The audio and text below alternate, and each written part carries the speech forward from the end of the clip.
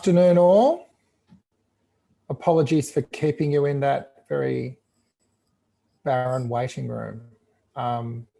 We're just having a couple of technical issues from Parliament House with Murph, so hopefully she'll be on in some form in a matter of minutes, but we didn't want to keep you guys waiting in there any longer. So let's just start with the traditional acknowledgement. I'm in the city today in Sydney, but I'm still on Gadigal land.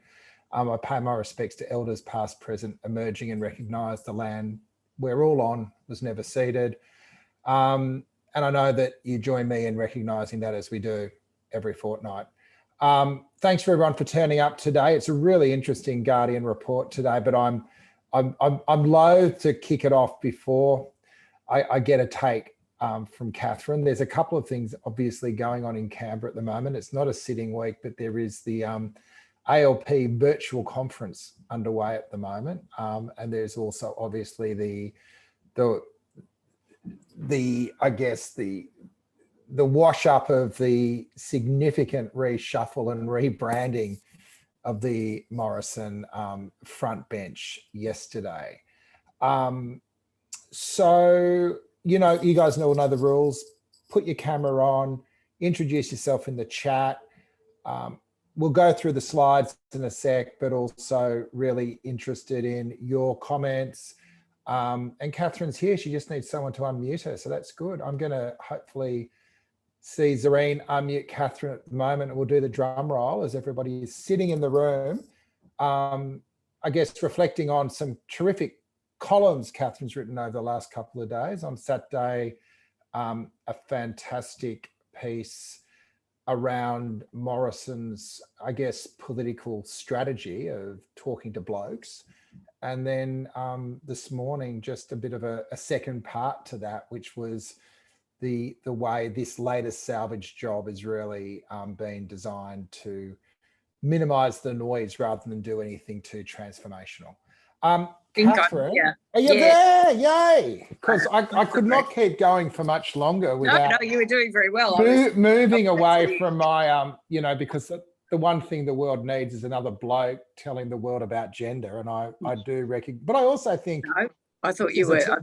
This is a team sport, and one of the real outcomes, as we'll go through in a sec, is that this issue is not at the moment being addressed across the teams. It's very much a one-track discussion. So before we jump into the polls, it's been 2 weeks since we spoke. Gee, a bit's happened since then.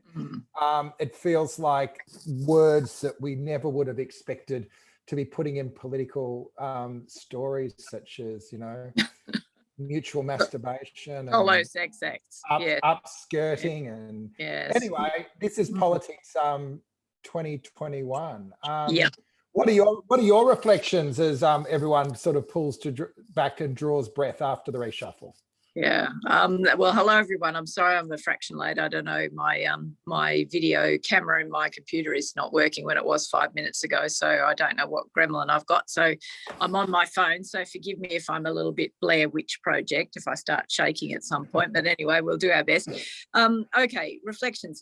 Look, it's been a very big 2 weeks, obviously, since we were last here, although it's been variations on the theme, I guess, right? We've sort of been in this strange but very important world in politics for the best part of 6 weeks now, which is sort of various, you know, contributions to Parliament's Me Too movement, which is moment, I should say, not movement, moment, which is continuing to play out in all kinds of different directions and in all kinds of fascinating ways. I think the thing that's changed probably from when we last gathered in this group is that the Prime Minister has become more aware that he has a problem and is now sort of working out in bigger picture terms rather than in crude intraday management terms what you do with the crisis that has landed on your doorstep. Although as we get into the numbers, we'll, as you foreshadowed a minute ago, Pete, it's like we've got a really well, I don't know what word I'd invoke here, depressing gender gap happening in this conversation, which is very, very frustrating. But anyway, we'll get into all of those particulars. But so it's sort of like when I say the Prime Minister's got a problem, the Prime Minister doesn't have a problem with blokes on current evidence, because blokes are continuing to feel the same way about the Prime Minister as they have done for quite a period of time. What's happened over the last month or so is that women, a number of women are looking at the Prime Minister differently and are marking the Prime Minister down for his response to a set of circumstances that a lot of women regard as very important, and I would hope as a society that we regard as important. So it's kind of like the needle for the Prime Minister to thread, I think, and this was where I sort of went in a column that I wrote at the weekend, was he wants to keep the blokes on side. He spent a whole prime ministership talking to blokes who might vote Labor. That's the way I characterise the demographic that Morrison speaks to most often from the podium of Prime Minister. He certainly doesn't want to rattle the blokes, but he also doesn't want to collapse in support among women either, because that then starts to provide a drag on your vote. So I think what he's trying to do is thread a needle here, which is keep the blokes on side, write off women whom he would think probably wouldn't vote for him anyway. Progressive women, noisy women. I think Scott Morrison would think those women don't vote for me anyway, and I probably can't please them. So who I need to appeal to is a subset of the quiet Australians that I call patient women. And that's who the Prime Minister has been speaking to really in bits and pieces over the last fortnight, as he's worked out that this isn't a problem that they can just sweep under the carpet. This is a problem that they will have to deal with in some shape or form. And he's trying to work out the sort of parameters of how they will deal with the problem without creating, well, I suppose making blokes anxious is the way to express it simply. So I think that's an interesting insight. The not wanting to alienate, like, it's a horrible way of looking at it, but alienate your masculine base. There were a couple of particular moments I'm interested in your take on. The first was that bizarre press conference where it was sort of his come to Jesus moment, where he got up and allowed himself to almost emote a desire to fix whatever it was that was going on beyond his control. And I thought it was interesting in a couple of levels. One, the kind, that Pentecostal sense that if you just get up there and look for what's inside you, you'll find a way through.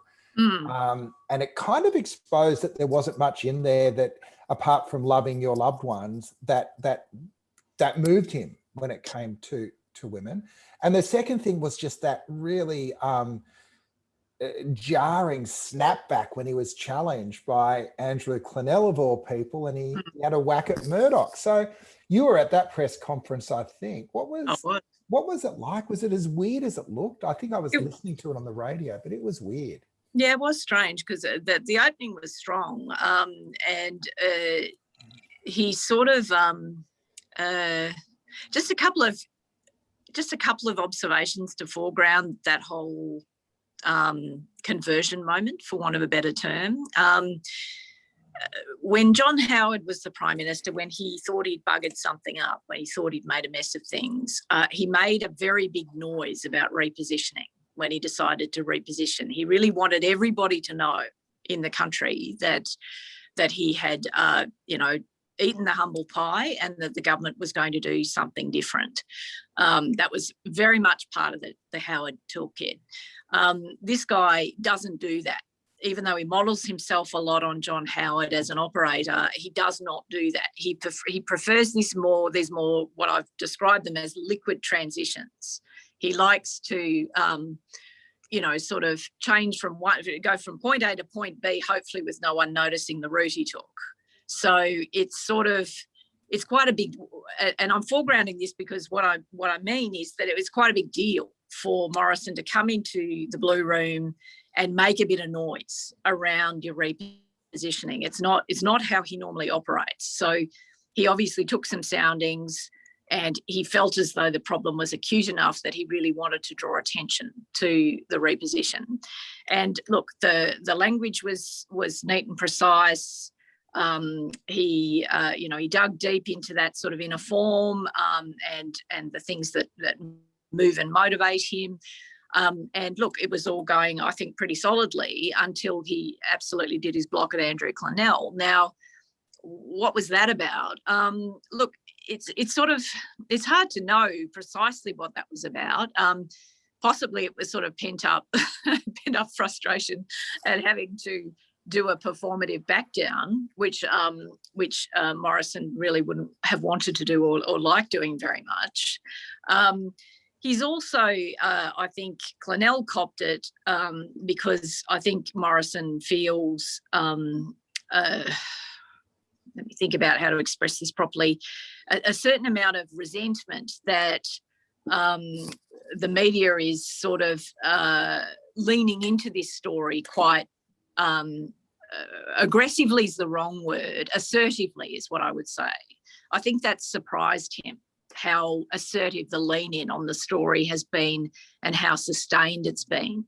And from Morrison's vantage point, he would look at all of us in our glass houses, working for organisations that may or may not have reformed their own sexual politics, lobbing rocks at his government.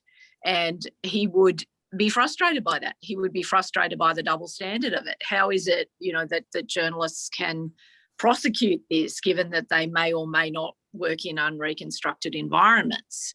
And Clennell, for whatever reason, irritates the Prime Minister. He does get under his skin. I'm not really sure that he does. Really? Yeah, he does. I can't imagine how.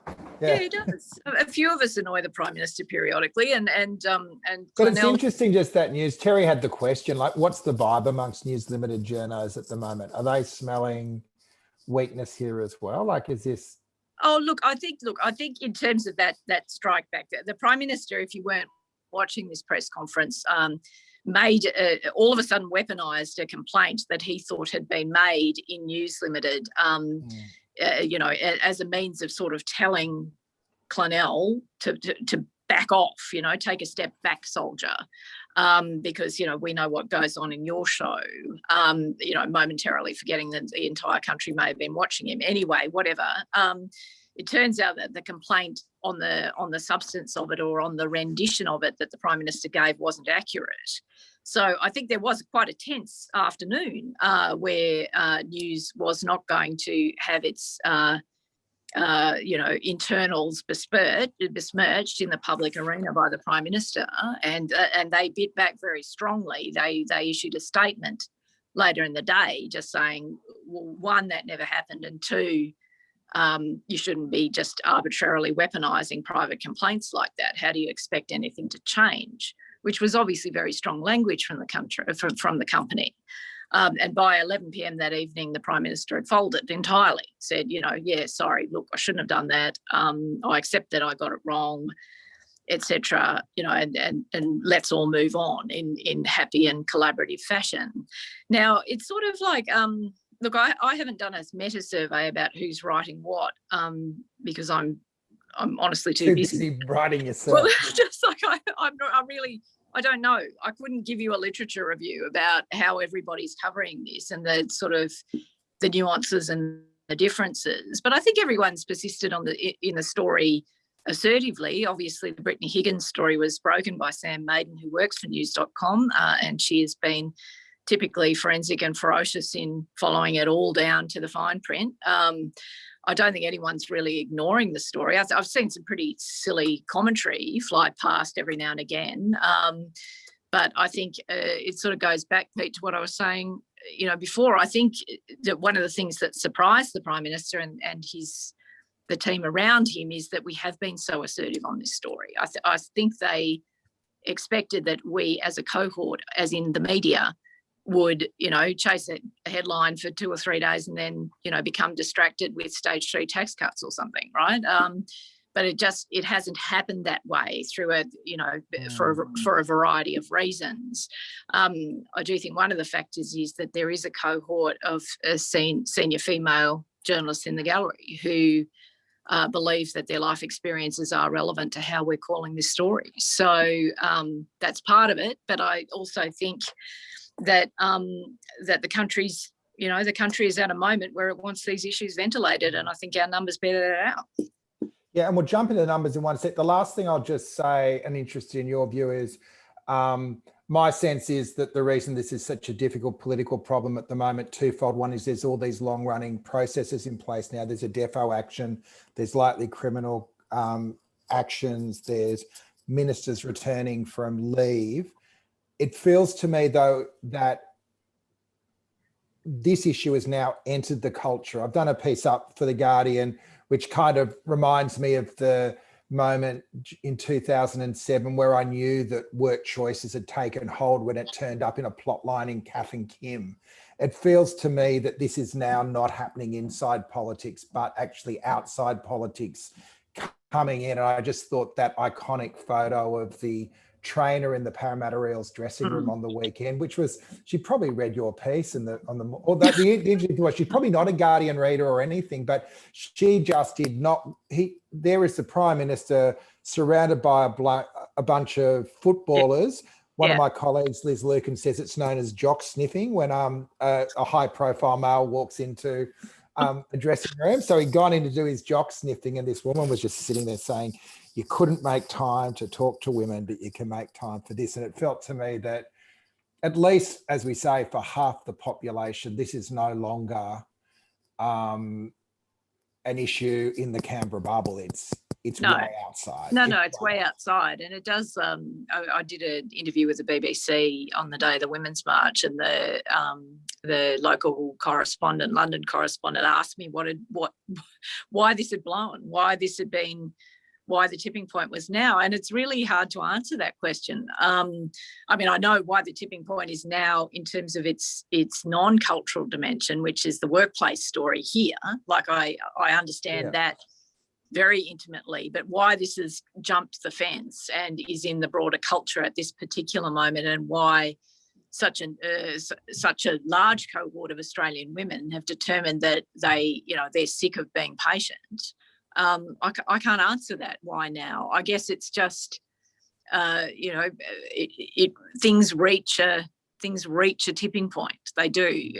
The accumulated experiences reach a point where if a moment comes where they can be addressed seriously, then a cohort of people will look to have them addressed seriously. And that's the only explanation I can give. But it's certainly, this story's jumped the fence and then some. I think a lot of people watching this quite closely who would not be normally engaging with politics at all.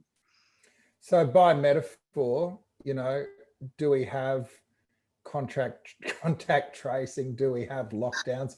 What is, I think at the moment, the other thing that strikes me is the Prime Minister has tried nearly every trick in his book. He's tried to defer, he's tried to obfuscate, he's had his confessional, he's now trying the reshuffle. Is there a way through?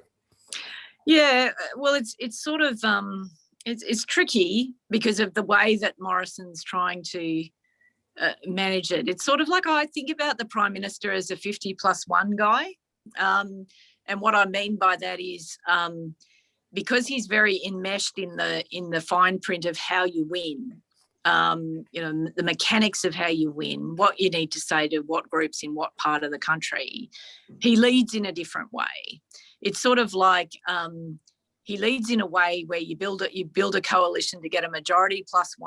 And if you do better than that, great. But all you need is a majority +1. Whereas at big moments like this in the national psyche, like, John Howard after the Port Arthur gun massacre, for example, because they're not thinking about the Prime Ministership as a 50+1 proposition, they're thinking about how to lead at moments like this. They come at it differently. I mean, it sounds the same, but it's actually different. No, one is recognising movements, and not movements in polls, but actually movements in society. Yes, and that, exactly. Like an earthquake that your gut tells you is out there. recognising those things, like they're the real instinct players. And I think Morrison certainly has well-honed instincts, but he's very reliant on data research, understanding someone has mapped the terrain in front of him. That's the sort of campaign director mindset, right? So he leads differently. So is there a way through? Well, there would be a way through in just a straight leadership sense. If you stood up as the leader of the country and said, look, this is just appalling. We all need to recognise this. Even blokes who haven't taken responsibility for recognising this needs to understand there is a problem here. We need to listen to half the population when they say things aren't good enough, right? You just roll the dice. You could just actually put a bit of capital on the line and go for it. But it's not really how he rolls. It's not how he operates. So what he's trying to do is construct this pathway, this narrow track along the Kokoda Trail, which is a favoured metaphor of his, which is don't upset the blokes too much. Do enough so that patient women can see that I'm trying to change and I'm trying to be better. That's the kind of play that we're now seeing play out, which brings us slightly back to the reshuffle, which is quite interesting to me. I think obviously I just have the frustration of why on earth are we setting up a structural change in a government to have women tell men how to get things? Like, why have women always got to be responsible for telling men how to get things? Can't men just get the things without setting up the structure? Given that this is not a new debate, this is a debate we've been having in one form, shape or form for a century. But I think there's sort of method in the madness in terms of how Morrison's trying to put this together. But the interesting bit about the reshuffle, which I'll say quickly and then we'll get into the data, is that Morrison now has set up a structure in his government to have women make input to raise their voices. He's in essence stood in the courtyard and invited them to do so. Now, I think this is quite an interesting moment in the Liberal Party, because the thing is the Liberal Party is not feminised in the way that the Labor Party is. It hasn't sort of gone on that journey where the default is, a certain amount of enlightenment on these issues. Whether or not the party needs a structure like the one that Morrison's just imposed on them to allow women to embark on that journey, I just think like the really interesting thing to watch is, how is this going to play? What are these women going to take the opportunity they've been given in order to change their own political movement? Are they going to do it or are they not going to do it? So anyway, I'm just quite interested. And the other thing is it a bolt-on or is it systemic change? Yes. Let's have a look. I don't know if you can pick up numbers on your iPhone, but I've just got the graph up that just shows a compelling story here about approval of Morrison between men and women. There's been a significant drop, 16 points in the last 2 months in female approval. Now it's still at 49%. Yeah. Not moved a jot. It's been stable at 65. But the other interesting thing about this chart, if you go back to the bushfires, it was John will tell me the low point, but I think it's 32 of women supporting. So there's still a lot of ground to be lost. It feels there was a 2-month period where for females it went from 32 approval up into the mid to high 60s. And that was during the initial stage of lockdown. And so women actually started off more skeptical of the Prime Minister and ended up being more supportive than men. Yeah. And it sort of bounced around a little bit, but the drop off in the last month, it hasn't gone all the way to where it was. It's gone halfway. It's just whether it goes another halfway and then you're in all sorts. Yeah, that's right. It's very interesting to look at it on that long run graph. Just so that you can see where the story sort of started, what promoted the change in sentiment both among male and female voters, and that's the response to COVID. And then watching this fork in the road again, watching this gender gap basically open around the timing of this issue. Now, I mean, obviously we've always got to be careful with polls because it's sort of it could be coincidence rather than causation. Yeah. But I think the looking at it over a couple of months and understanding what's dominated the headlines over these couple of months, I think this is a reasonable punt to say that women have dropped off because of his response to these issues or his non-response to these issues. But assuming he's got similar numbers to us, your thesis is he's more worried about the blue line than the red line. Well, he can't. No, I'd express it slightly differently. I think he. It's not that he's more worried about the blue line than the red line. It's just that you can't take your eyes off the blue line. You can't, because it's sort of like, if we think about this demographically, if we think about what is Scott Morrison's advantage at this point in the electoral cycle, well, it's that he's got the lion's share of blue collar blokes, right? Like he's blokes who would have voted Labor in the past, who may vote Labor in the future. The government has been very successful, and Morrison in particular, as appointing himself as the figurehead of that cohort. He invests almost all of his time communicating to that cohort. He thinks that is the bedrock of the coalition's victory in the current political climate, and that's not dumb. Like, that's a very important part of your toolkit if you're Scott Morrison. And it's actually also a handbrake for actually embracing some of the contested gender policies, isn't it? But we can get into, like that in some of the data, I think is quite interesting. But it's sort of like the handbrake again. It's sort of like at one level, it is his modus operandi, and it's a set of skills that meant he won the election in 2019 that everyone thought he would lose. So he has these skills that basically have equipped him to snatch the miracle victory, and they were the culmination of a lifetime's thinking in professional politics, right? But that way of thinking can constrain you as well. It can make you miss moments. So the point is, it's not that he's like just bugger women. I've written them off. I'll just look after the blokes. Obviously, no one can do that. No Prime Minister can do that. You can't win from that position. But it's kind of like, I would express it as blokes first, but I understand now that there is a problem, and I understand that I need to speak to the swinging cohort of women, of female voters as well. I need to find some language to address their issues as well without frightening the blokes. And the formulation that he's kind of road testing, if you guys tune in often to politics, is that he doesn't want to pit the genders against one another. He doesn't want to have a war between the genders.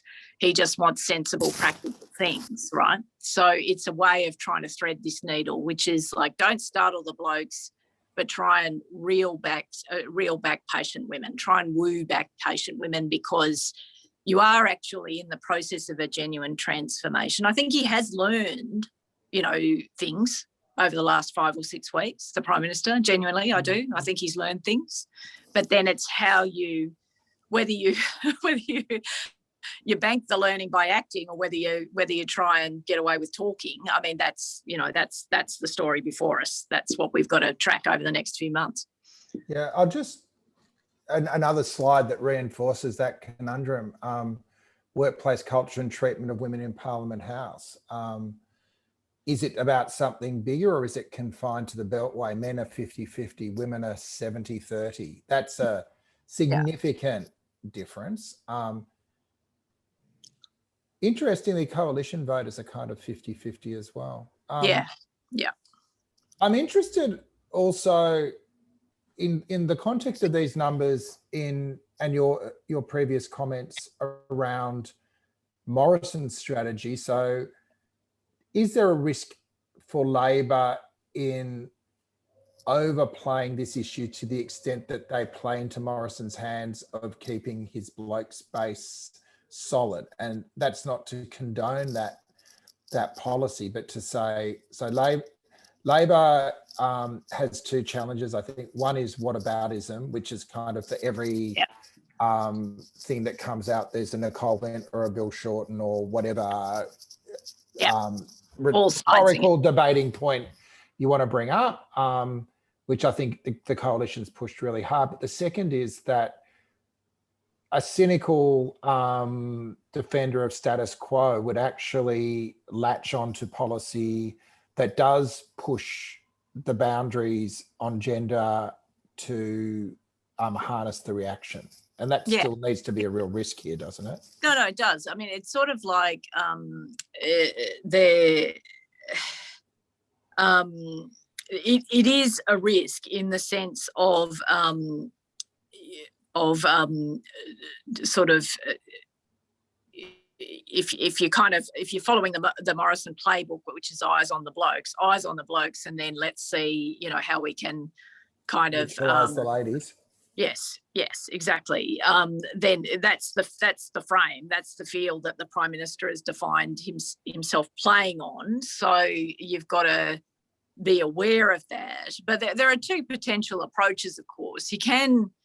You could rise in this moment, roll the dice that isn't being rolled. You could actually say, look, I could sit here and triangulate all of this and, get out the latest AEC distribution, charts and everything else and work out how I'd go to sort of plot a path to victory, or I can just actually say what's right in this moment and put a bit of capital on the line by being the guy who's prepared to actually say what's right.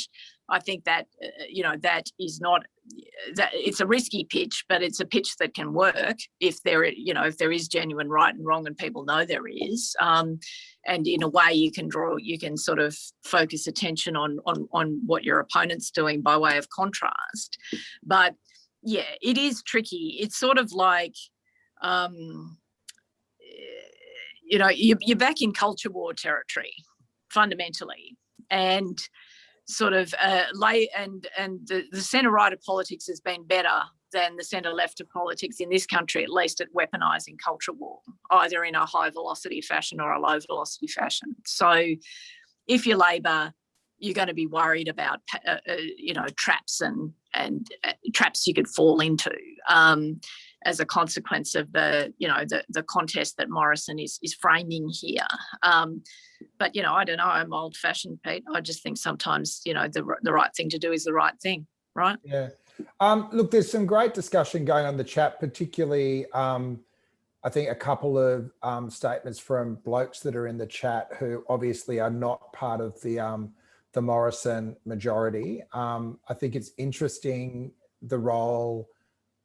I don't want to make it about men, but I think it is an interesting, if this is being seen as a two-track conversation and all our findings have big gender splits this week, then it's interesting to reflect on progressive blokes and where they fit in this debate and how they can contribute to this. I've been conscious that this has been really effective, being led by strong women in the ALP and fantastic media practitioners in the press gallery.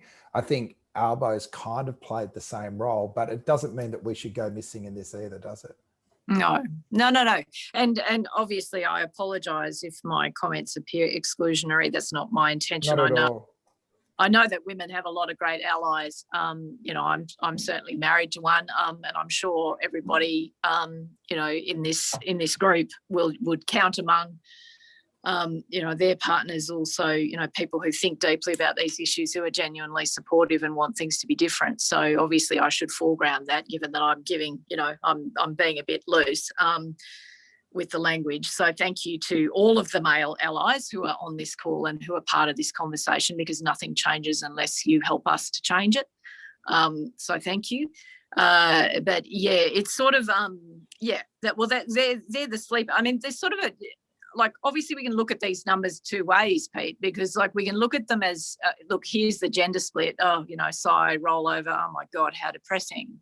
Except I'm sure these numbers in terms of the gender split would be different 20 years ago than they are now, right? I'm sure sort of implicit in these numbers oddly would be some progress, right? That these numbers don't snapshot. If we look at the sort of issues, I don't know what graph we're on because it's too small on my phone, but if we look at the gender split on universal childcare, for example, that to me was really interesting. last night. That's almost level pegging Yeah. between the genders, Yeah, right? I'll put through a few of these just because we get to that. Hmm. A couple of interesting gender splits. I'm going to put John on notice. There's been a question in the chat from Carl about education and attitude. So I don't know if you want to do some mad crunching or if you've got something there to bring to the table, John. Huge gaps on issues like women choose not to get involved in politics as an explanation for why the numbers are low. 52% of blokes agree, just 34% of women. Similar gap, women are less likely than men to have experience and skills to make a good politician. 28% of blokes, 3 in 10 blokes agree with that, 12% of women. I just think that look, we always pick up gender splits around gender, and we've joked in the past that half of Australia thinks we've got a gender problem. But shifting those numbers by 10% make a difference. The introduction of gender quotas, you'll see there that it's 48% support and 54% amongst Labor. So it's not seen as a cure-all.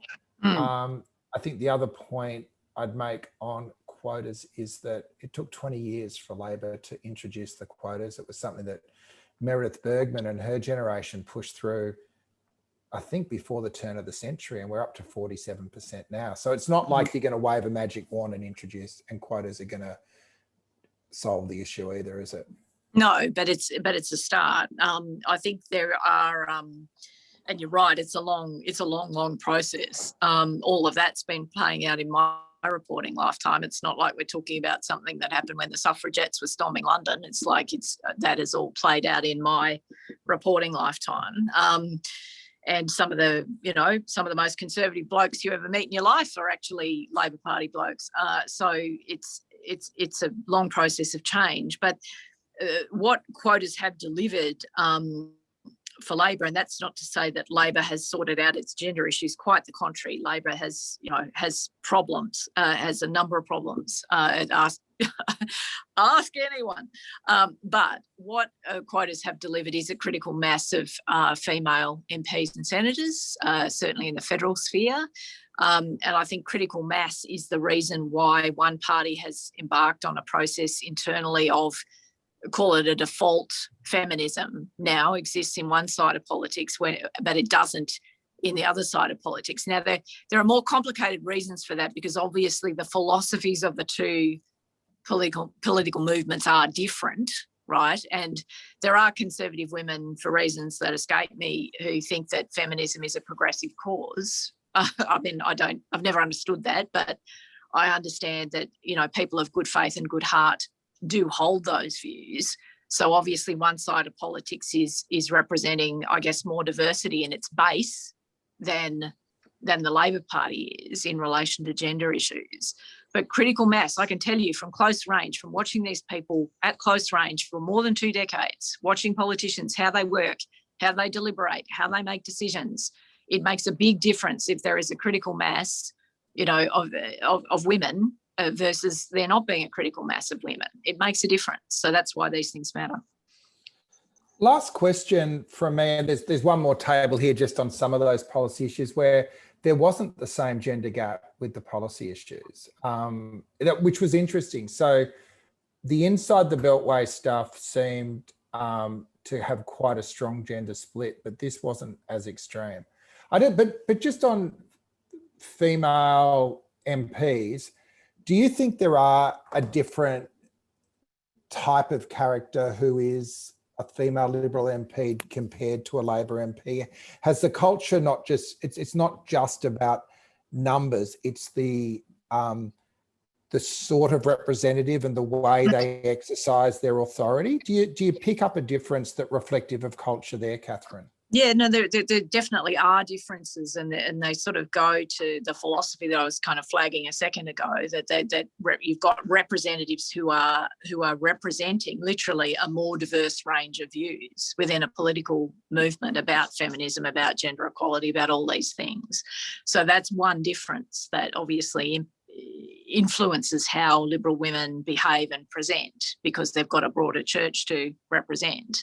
But also it's just it's a matter of where the power is situated within the Liberal and National parties, and because they're behind on gender representation, a lot of Liberal women, anyway, sorry to ramble, but no, Liberal women say to me that they feel things would be different inside their own government, inside their own movement, if there were a critical mass. They would feel more safe in prosecuting arguments, policy arguments, substantive arguments that they don't feel safe doing now, because the blokes say there's no votes in that. There's no votes in women for the Liberal Party, which must be an absolutely bloody soul-crushing thing to hear if you are a woman in the Liberal Party. So I think it's complex. I think it's partly because they're representing a more diverse range of views in the community, and that's important. Representation of all views in the parliament is important, whether we agree with them or not. And also because the culture is not, it hasn't transformed itself. That's why I think Morrison's structural change in this cabinet reshuffle is slightly more interesting than it looks, because if these women do take the opportunity in order to speak up, having been invited to by the Prime Minister, I think it is possible that things will start to change. But they have got to be prepared to piss off the blokes, basically, by talking, when the blokes would much prefer if talking didn't happen. So anyway, I'm going to be watching this closely. I think it could be more important than it seems. Let's see. I'm really interested to hear from people in the chat. I feel like we've been doing this as a two-step over this year and haven't gone to the floor much. While we're trying to get a few of the people that have commented to come up, John, is there anything to tell us on the education? Hi, Pete. Yeah, the education one's an interesting one. We do see some differences. Whenever we talk about education, though, I think it's always important to remember that there is a generational and an age bias as well, in the fact that we see a lot more people who are aged 18 to 34 to 44 who have gone through university education than obviously previous generations when it was less accessible. So what we tend to see because of that bias is that education, we have to make sure it's not confounded, if that makes sense, by the age bias as well. Excellent. Hey, Sophia McGrain's a regular here and had a contribution. Hi there. Do you want to put your question directly to Katharine, Sophia? The gremlins are in. There we go. You should be unmuted. No. Sophia's question was really, what's your view, Katharine, on Morrison's attempt to rewrite the narrative as this whole problem being social media based? Oh, yes. Okay. We haven't gotten near there in the conversation. Well, look, there's he's got a point in the sense of there is, because the debate is now very noisy across a range of fronts, there is a coarsening that occurs as a consequence of that. And it's obviously well-studied phenomenon that because people are removed from one another online, they're more inclined to be abusive when they chat to one another. It's quite hard to go up to somebody at a party and scream at them in their face, but it's a lot easier if you're standing on, sitting back on a social platform where there's no possibility of social embarrassment. So look, there's a point obviously to the coarsening of the culture, and that's a really important, and increasingly well-studied phenomenon. But I don't think women are in trouble because of Twitter, though. I think women have been in trouble for a long time before Twitter showed up. So it's both reasonable and kind of not really the point, I guess, would be my response. I did find it intriguing that when Morrison was trying to sort of stick to, this is what we have delivered, the standing up to big tech is obviously up there and is top of the pops at the moment. So, but it isn't an either or, it really is a yes and. You've got to get the social media platforms to take responsibility for what's going on there, and you need to change a whole lot of other things Yeah, well, as you well. need to, like, obviously, you know, you don't want the environment, the sort of disrupted technological environment to make these underlying factors worse. You obviously don't want that. So if there's some evidence that the technological disruption is making the underlying conditions worse, then obviously you need a strategy for that. But you know, we need to get back to what the underlying conditions are, and they were obviously very much pre-existent prior to Facebook showing up and Twitter showing up. Now, the other thing we're picking up in the chat is a fair bit of skepticism to the idea that a summit will fix anything. So do you want to talk us through the summit proposition and why that may be part of the solution? Well, I think, look, the summit was, although I must be very clear about my terminology, but for dear Russell Broadbent, who is a Victorian Liberal backbencher, moderate, veteran of the Parliament and one of the sanest people in the Parliament, brought this forward as a proposition when in the period before Morrison had embarked upon the listening and learning tour, right? When Russell's sitting back looking at the Prime Minister, I think Russell's view was, oh my God, you know, we're heading down a pretty bad gully here. How about I suggest a couple of things as a potential corrective? So Russell's terminology wasn't summit. It was actually gathering. I inflicted summit on him, sadly, because I wrote it as summit because I thought that was more comprehensible to people. People know what a summit is. They may not necessarily know what a gathering is. But what is the gathering? No, well, in Russell's mind, a gathering is a more organic community up process where, and it reflects also, it's intersectional in the sense that it includes, you know, the way Indigenous women organise. And so he meant it as an inclusive term, which is why he invoked it. And vividly called it a summit, which wasn't very helpful. Anyway, does a summit, you know, will a summit change everything? Well, obviously not. No, summits in and of themselves don't change things. But I think going back to that point about the origin story with Russell is that why Russell suggested it was that it was sort of a means of putting a problem in front of the Prime Minister with a number of different stakeholders and voices so that he might listen to it. And the first rule of crisis management is you establish a process and then you defend the process. Yes. It seems bizarre that they haven't actually, but whether that. Well, I think, look, I have seen a report, I think it was at the weekend, sorry, sorry if I've hallucinated this, but I think I did see a report in one of the newspapers over the weekend that the government was in fact actually considering this as an idea. And, you know, and fine if so. It won't, no, I mean, it won't solve, you know, it won't crack the patriarchy wide open, like, you know, Canberra Summit, you know, cures patriarchy. Well, obviously, no, that's not going to happen. But bringing voices to the people's house, I think, is a sound proposition. As somebody who stood out front and watched the Women's March come up the concourse, come up the Federation Mall in huge numbers, I think there's, you know, there's important, you know, it's important that the Parliament continue to engage with the outside world. And yeah, anyway, but obviously, no, it won't fix patriarchy. No, won't do that. So final question. I've always had a working theory that the left loses when they are fighting on identity politics and they win when they're building a theory of change around power. What, you know, and it's not your job to solve this at all. And I think you do a lot of remarkable things, but I'm not asking you to solve patriarchy. But what is your reflection on how, if we look back in 12 to 18 months on this moment, how do we, what will happen to determine whether or not this has just been a moment of righteous indignation that's pulled people further apart or something that has been transformative?